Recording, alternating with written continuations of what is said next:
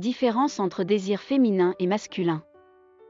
Il est bien connu que le désir est le principal moteur de la sexualité. Ce sentiment permet de faire la distinction entre un simple lien affectif et une relation amoureuse. Connu aussi sous le nom de libido, il est sensible à des facteurs qui varient en fonction des individus, éducation, sentiments, fantasmes, mode de vie. L'influence des hormones sur le désir sexuel. La testostérone est l'hormone du désir tant chez l'homme que chez la femme. Elle est sécrétée par les testicules et les ovaires. Psychologiquement, la production de testostérone est plus faible chez le sexe féminin.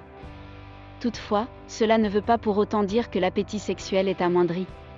Il faut dire que par rapport au corps masculin, le corps féminin réagit aisément à cette hormone. Les facteurs d'ordre psychologique.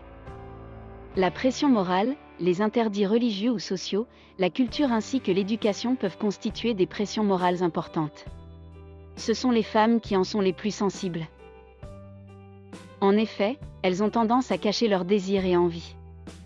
Par contre, les hommes arrivent parfaitement bien à séparer désir sexuel et sentiments. C'est pour cela qu'ils peuvent avoir une aventure d'un soir sans pour autant y accorder d'importance. Quand l'âge guide l'envie. Concernant les hommes, le désir sexuel se manifeste à l'âge de puberté, lors des premières érections involontaires nocturnes ou encore les masturbations. Jusqu'à 50 ans, la libido est très développée, mais subit par la suite une diminution progressive.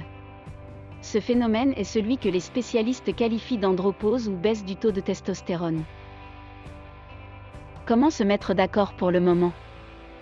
Les biorhythmes interviennent également pour les saisons. Le désir de la femme augmente à l'arrivée du printemps car les estrogènes sont en pic à ce moment. Quant aux hommes, l'envie sexuelle intervient au début de l'été.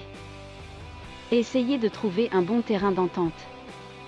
Quand l'un des partenaires ne ressent pas l'envie de faire l'amour, automatiquement, l'autre partie se sent mal aimée, rejetée ou pas désirable. Ce sentiment est normal. Afin d'éviter ce type de situation gênante, essayez de communiquer.